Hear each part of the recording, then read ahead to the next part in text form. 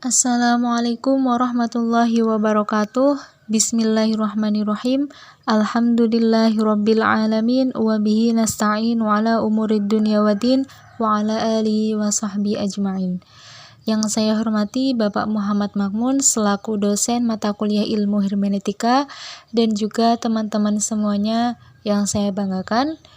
Kami dari kelompok 1 yang beranggotakan Nailatus Sabihatil Mubarakah dan Siti Niswatun Khairiliyah akan mempresentasikan makalah kami yang berjudul Aliran Hermeneutika. Untuk penjelasan yang lebih lengkap bisa disimak video yang telah kami buat. Sejarah singkat hermeneutika. Hermeneutika dalam bahasa Yunani yaitu hermenein. Artinya menafsirkan. Nah, kata bendanya sendiri adalah hermeneia, artinya yaitu tafsir.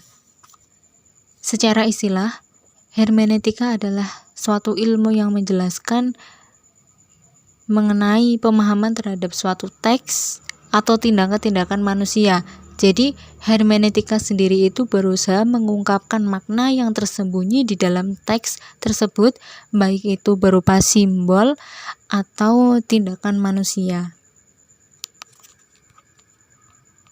Nah, nanti itu dijelaskan, dipaparkan, ataupun diungkap supaya makna-makna yang tersembunyi di dalam teks tersebut itu bisa diketahui. Nah, maka hal ini seorang penafsir itu harus benar-benar menguasai dari apa yang akan ia tafsirkan. Pada tahun 1654, J.C.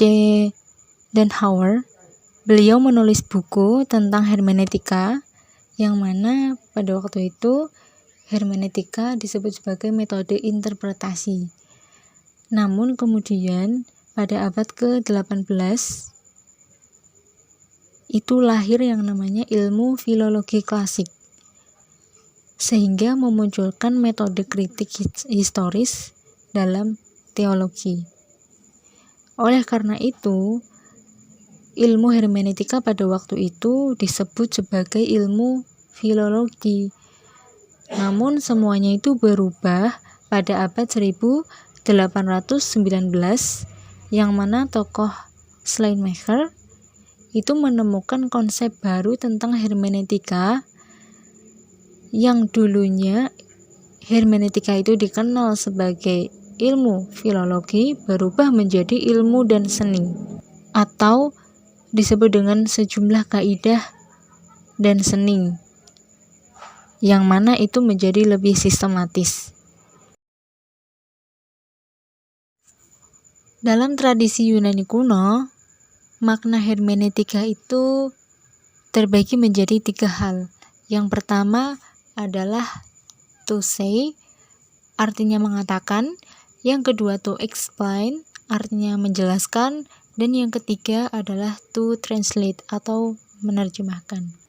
Penjelasan pertama mengenai to say atau mengatakan bahwa yang dimaksud di sini adalah Hermes. Jadi Hermes itu tugasnya pada waktu itu adalah menyampaikan pesan dari para dewa, kemudian Hermes menyampaikan pesan tersebut kepada manusia. Jadi Hermes di sini itu tugasnya sebagai interpretator.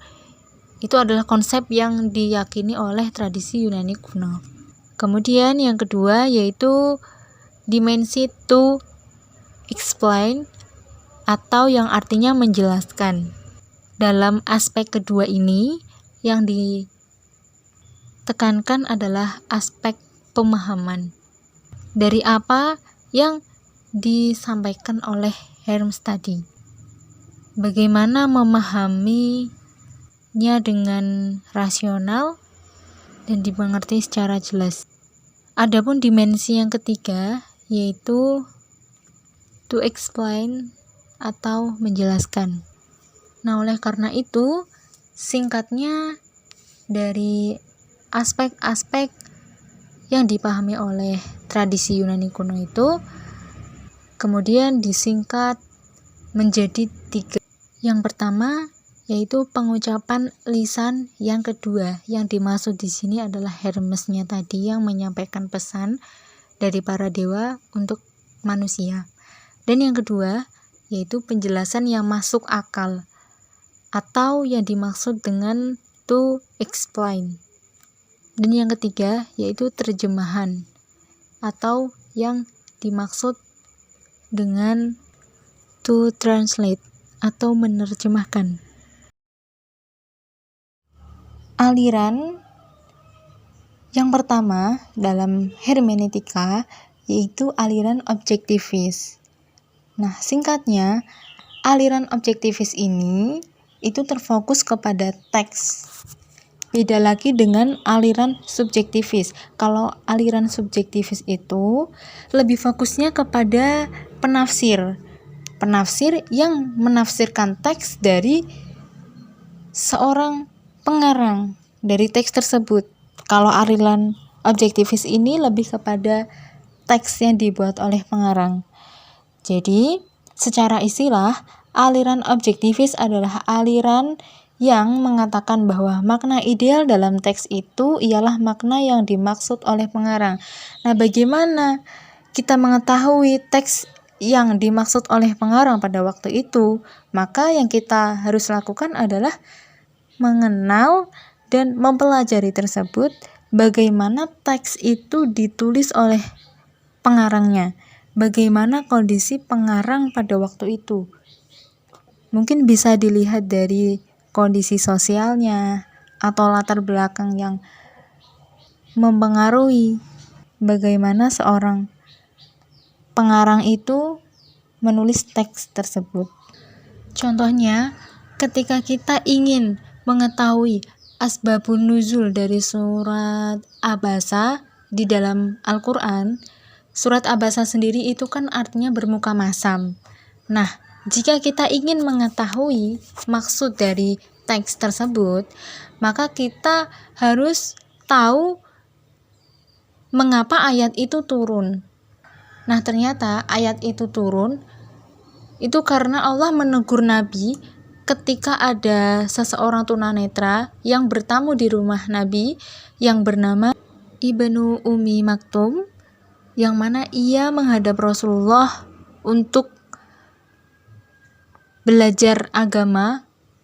Namun pada saat itu Rasulullah sedang menghadapi atau sedang menerima tamu seorang pembesar musyrik.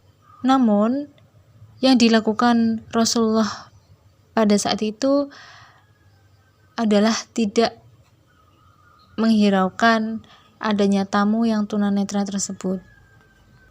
Lalu turunlah surah Abasa ini yang menceritakan keadaan selanjutnya, yaitu mengenai aliran subjektivis.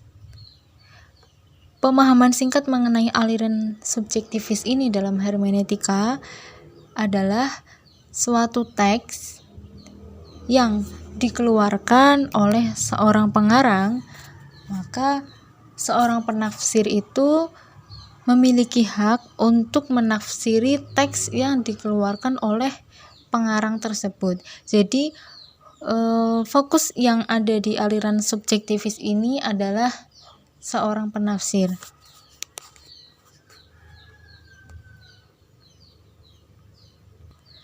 Contohnya, jika ada seorang musisi atau seorang pengarang lagu yang sedang merilis lagu, kemudian lagu tersebut dipublikasikan ke khalayak umum, tentunya masyarakat umum akan mendengar dari lirik lagu tersebut.